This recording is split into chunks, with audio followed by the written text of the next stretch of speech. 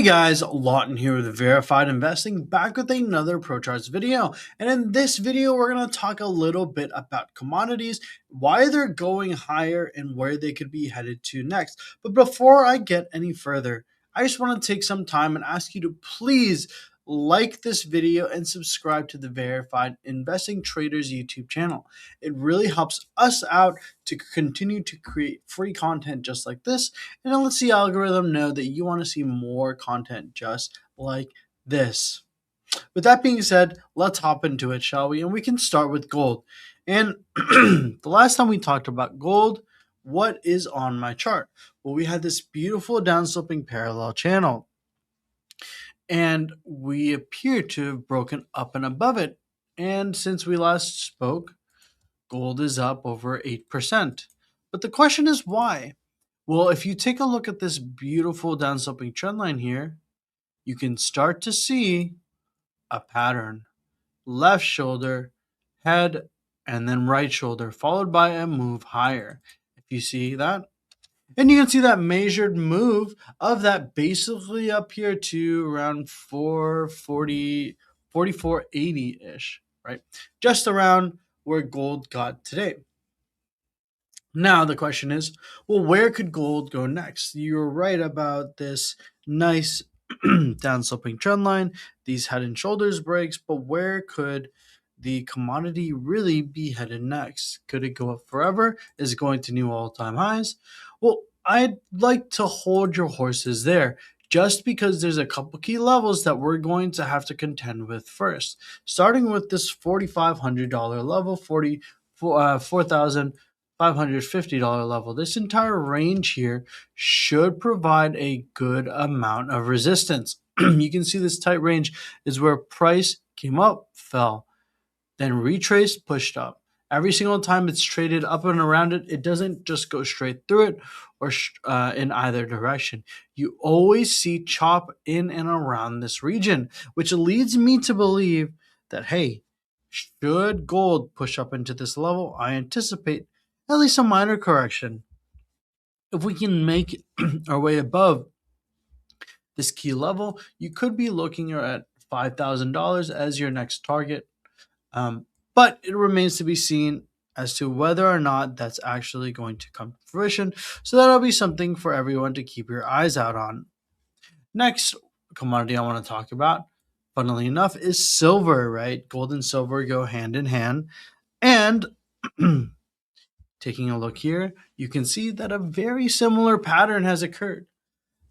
Let me go ahead and draw this, and you see this beautiful downsloping trend line that I had previously drawn with this downsloping parallel channel that I also have previously included, creating a beautiful shoulder, head, shoulder, with the measured move up here to around $66. A move up around 17% to the upside. Really, really great move here on a silver. Same question. Well, can silver go up forever? Is it going to go to $100?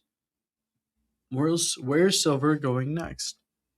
And for me, that answer lies in a similar place, similar on the chart. So where's an area that you can see, that I can see, that has a clear amount of price action in and around it?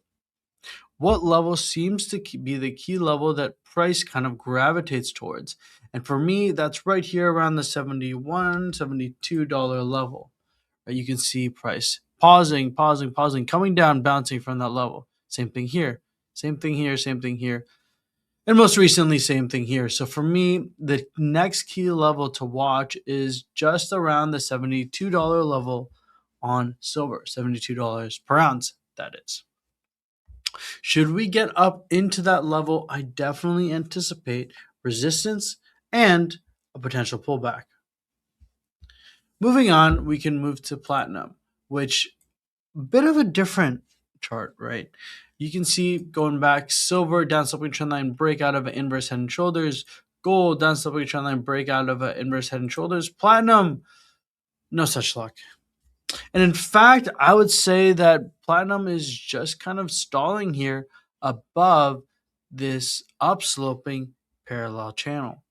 And while parallel channels and breaks of parallel channels to the downside generally favor a move down, in this case, I would say that potentially you're looking for a move higher because you could be bull flagging with this up move followed by sideways consolidation. All right. Looking for resistance at around 1800-ish, 1850-ish, right? There should be some resistance there, but platinum could certainly be headed higher. Should we pass that level? Let's do the same exact thing. What is a key level that sticks out on your chart where you see a lot of chop and price action in and around of? For me, around the 1950 region will be that area. Support here, support, support, in and around. All throughout this area, I anticipate some resistance. Moving on, let's go to Palladium, as we have a couple more charts to go and only a few more minutes left on this video.